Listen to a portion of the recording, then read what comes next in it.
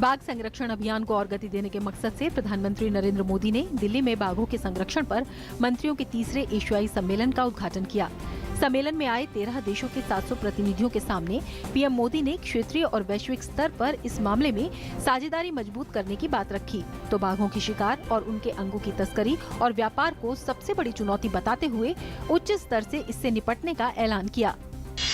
राष्ट्रपति भवन के दरबार हॉल में आज राष्ट्रपति ने समाज की 56 जानी मानी हस्तियों को पद्म पुरस्कार से सम्मानित किया।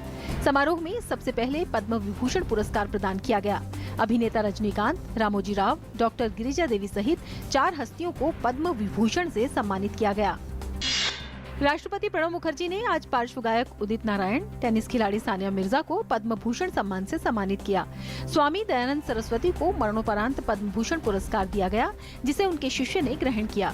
स्वामी तेजोमयानंद रामवी सुतार को भी पद्म भूषण पुरस्कार से सम्मानित किया गया। डॉक्टर कामेश्वर ब्रह्मा को साहित्य और शिक्षा, समाज सेवा के क्षेत्र में मेडेलिन हरमन डिप्लिक, कला और लोक संगीत में ममता चंद्रकर, कला और सिनेमा के क्षेत्र में अभिनेत्री प्रियंका चोपड़ा, पत्रकारिता के लिए जवाहरलाल कौल, विज्ञान और इंजीनियरिंग के क्षेत्र में डॉक्टर सतीश कुमार को पद्मश्री पुरस्कार से नवाजा गया। भारत और अमेरिका के बीच साजो सामान के आदान प्रदान पर सैद्धांतिक तौर पर समझौता हो गया है, जिसके तहत दोनों देशों की सेनाएं एक दूसरे के सामान और अड्डे का इस्तेमाल कर सकेंगी। रक्षा मंत्री मनोहर पर्रिकर और भारत दौरे पर आए अमेरिका के रक्षा मंत्री के बीच मुलाकात में इस पर बात बनी।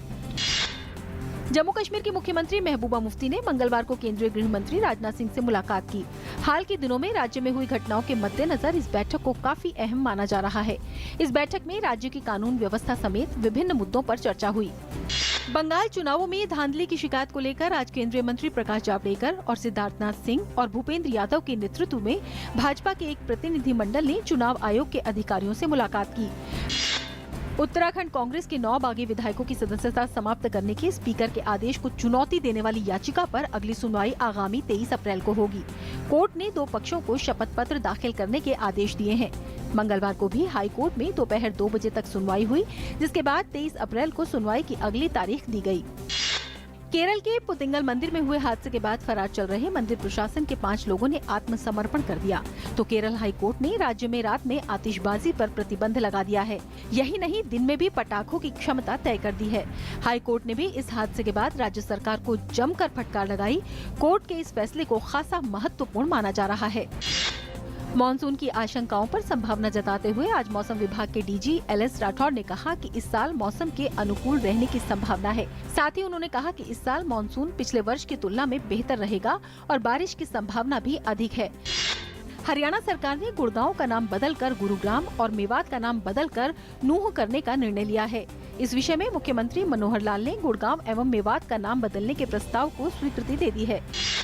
गर्मियों के मौसम में अब लोगों को बिजली कटौती का सामना नहीं करना पड़ेगा। केंद्रीय बिजली मंत्री पीयूष गोयल ने राज्य सरकारों के लिए बिजली खरीदने को लेकर ऑनलाइन पोर्टल दीप की शुरुआत की। इस पोर्टल के जरिए अब रोजाना अपनी जरूरत के हिसाब से राज्य सरकारें बिजली खरीद सकेंगी।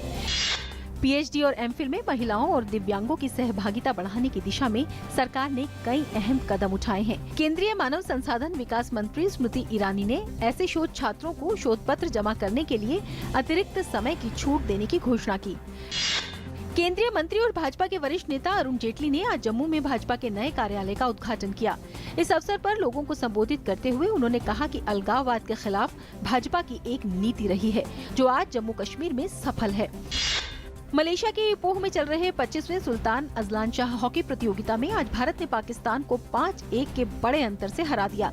इस जीत के साथ ही भारत ने खुद को पदक की दौड़ में बनाए रखा है।